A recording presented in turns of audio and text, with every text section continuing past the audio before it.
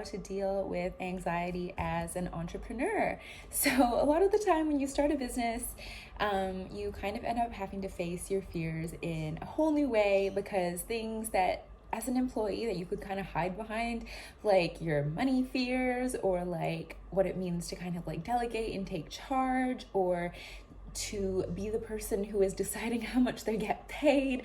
All of this stuff comes to the surface in a way that, like, sometimes when you work for someone else, it doesn't show up in the same way.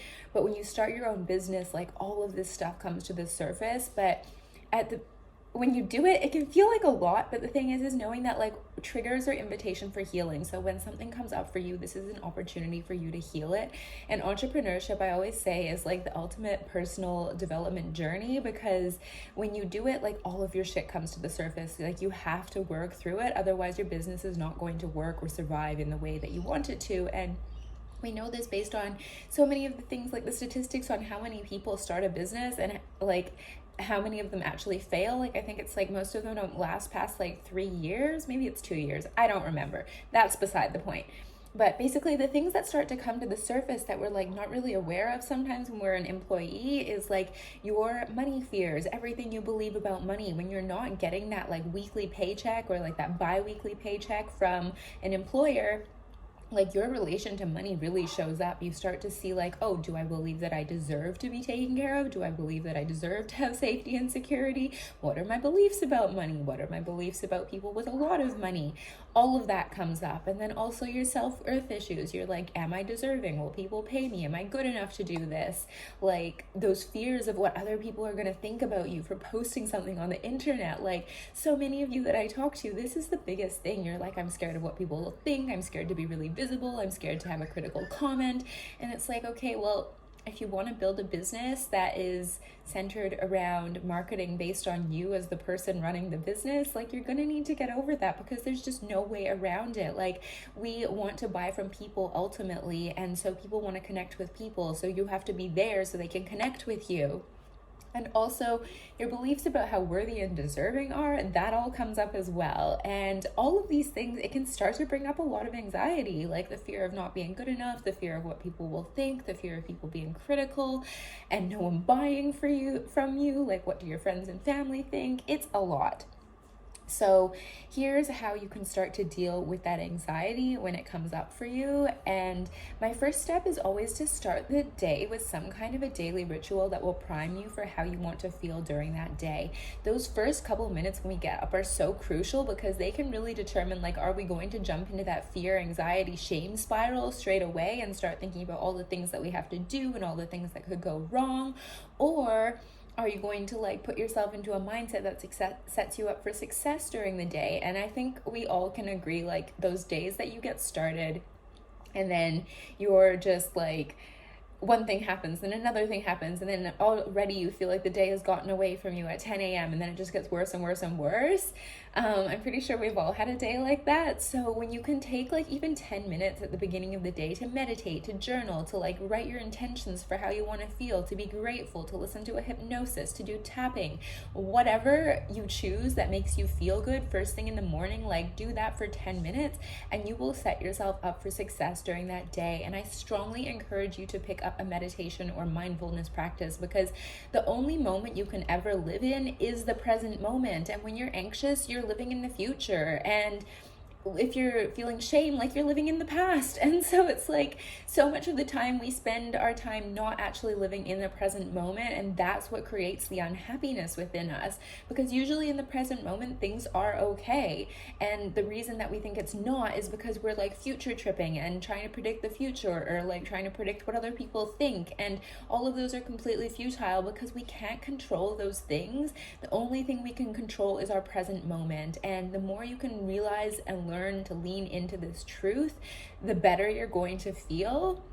So it's really like taking some time to learn how to train your mind. And when people say they don't know how to meditate, it's like, well, that's why it's a practice. You are learning to take the practice of retraining your mind into like coming back into the present moment. That's what you're really trying to do. So even adopting like a mindfulness practice where you commit to just doing one thing at a time. And I know that sounds crazy in the world that we live in, where it wants you to do everything all the time.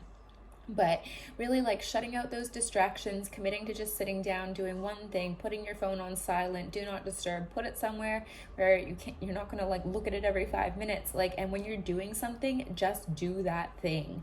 A lot of the anxiety we experience comes from like you're trying to do all of these things, and we aren't designed to have our focus doing 50 billion things all at once. We're really designed to have our focus to be on one thing at a time, and that's how we work best. And there's tons of studies showing that this is really the best way to use your mind. So focusing on one thing at a time, adopting a mindfulness practice, like really using those first couple of minutes during the day to set yourself up for success during the day.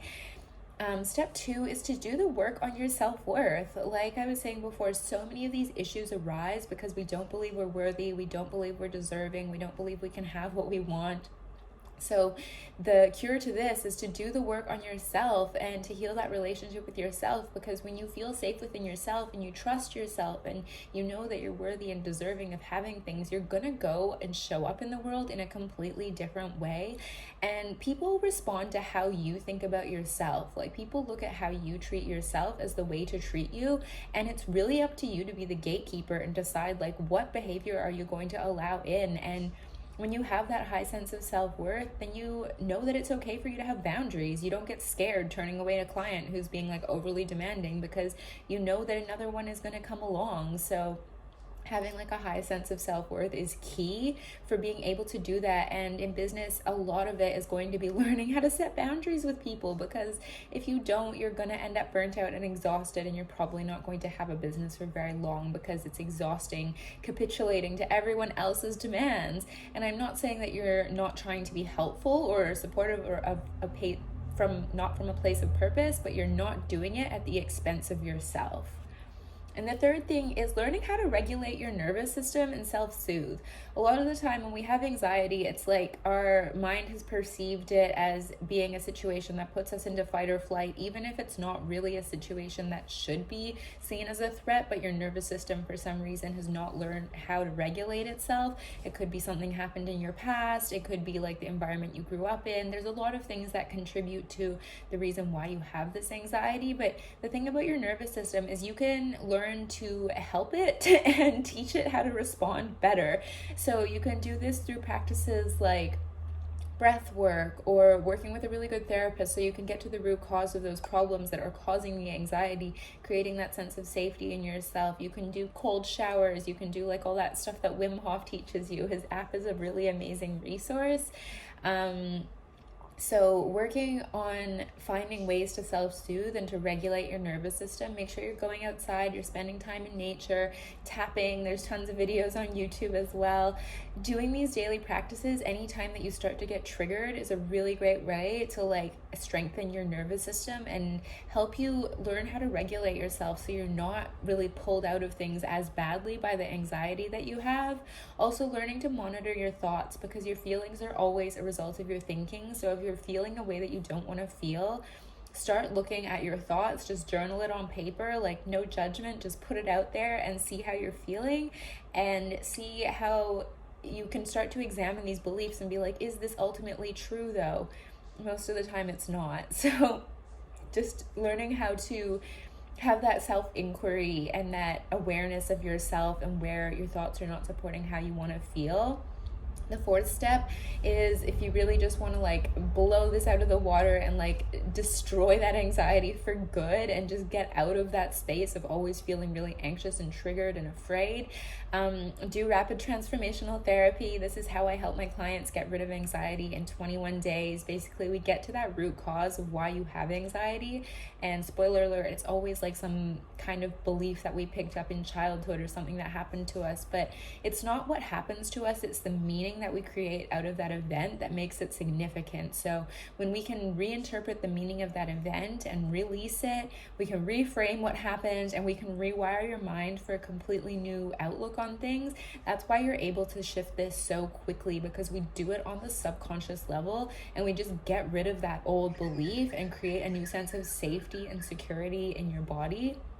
So if you want to learn more about that, you can hop on a free call with me and we can chat about how I can help you get rid of anxiety in 21 days. And I really just want to remind you that, like, as an entrepreneur, your mental health is so crucial, because if you don't have that, you're not able to be effective in your business. So it is so important to prioritize yourself, because without that, you don't have a business. So remember to take care of yourself, take care of your mental health, and I hope you have an incredible day. I will talk to you soon.